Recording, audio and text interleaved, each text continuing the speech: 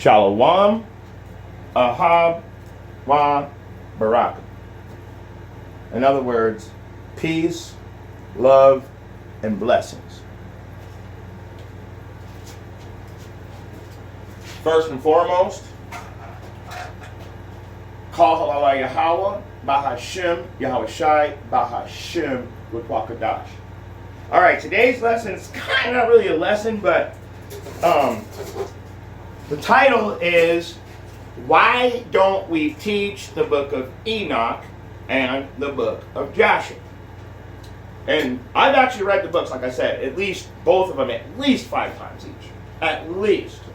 And I'm going to tell you guys right now, here's the short story. The Book of Jasher is a detailed story of the first 5 books of the Bible. So you got Genesis, Leviticus, Numbers, Deuteronomy, and Joshua. So it's really just a more detailed version. That's it. The Book of Enoch, well, that's a book about all kinds of stuff. But I'm not really going to get into it because I have read it enough to understand what it's talking about, and there's just too much for the average person to not be confused. So why don't we teach those though? That's the question. This is like pretty much going to be a really, really short class.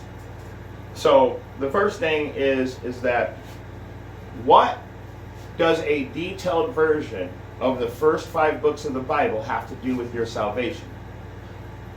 The canon is set up a certain way because it is teaching you ordinances, laws, statutes, commandments. What happens if you do the right thing? What happens if you do the wrong thing? In other words, blessings and curses. This is all about Israel though. Jasher Allah. He is a prince of a God-like power. So, the reason why we only teach the canon is because the canon is specific. It is put and set before us to teach us how to be in the presence of Yahweh, Bahashem, Yahweh Shai. And it also says, you know what, I'm not going to get into it. Honestly, I'm not going to bring out any scriptures with this. Because like I said, Yahweh Shai actually refers once in the canon, isn't it written so in the book of Jasher? Because there is a book of Jasher that isn't destroyed. But another reason why we don't teach this is because it's been rewritten so many times. There's too many different versions. Now, I was lucky enough to get a clean version of it, but I also studied the canon for years before I even looked at the book of Jasher or Enoch. But knowing the scriptures and then reading these books, it made a big difference in the outcome. Like, everybody sees these books and they get very mystical. They're not that mystical, but people make them mystical, so I just leave it alone. But the reason why we don't teach them, because the book of Enoch does not teach you salvation. The book of Jasher does not teach you salvation. The canon teaches salvation. The canon teaches about Yahweh, Bahashem, Yahweh Shai, and prophesies about him. The book of Jasher is only the first 5 books, so it might be a few prophecies. The book of, and I know that there are, I've read it.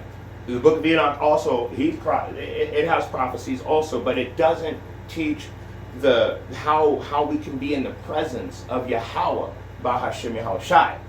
It teaches you a history of a pre-flood that has nothing to do with us, other than as it was in the days of Noah, so shall it be at the end. But when you read that, you're not going to understand anything. Because you don't know, you're just not going to understand it.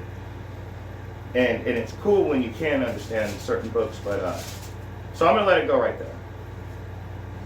And so if you do have eyes to see and ears to hear, just know that the reason why the prophets don't teach these two books, and I even brought it up in my last class. I said, yeah, I've read the books, but you'll never hear me. I brought one precept once ever out of the book of Enoch because it was very relevant. It said that because Enoch didn't know how to describe what he was seeing, just like John, the Revelator, just like Daniel, just like everybody, when they're seeing, and Isaiah, when they're seeing these end time things, they're describing it a little different.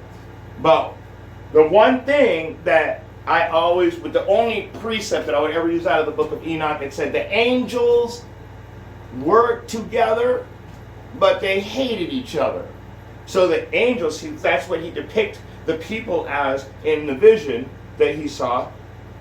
And they were all working together, but they hated each other. And I always bring that up when I think about everything.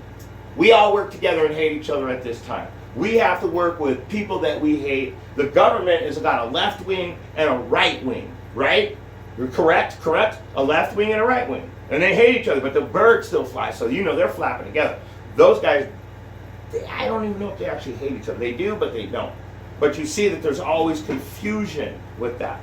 So they work together, but they hate each other. But that's about the only thing out of the book of Enoch, that out of all the times I've read it, that sounds anywhere near relevant to anything that we teach.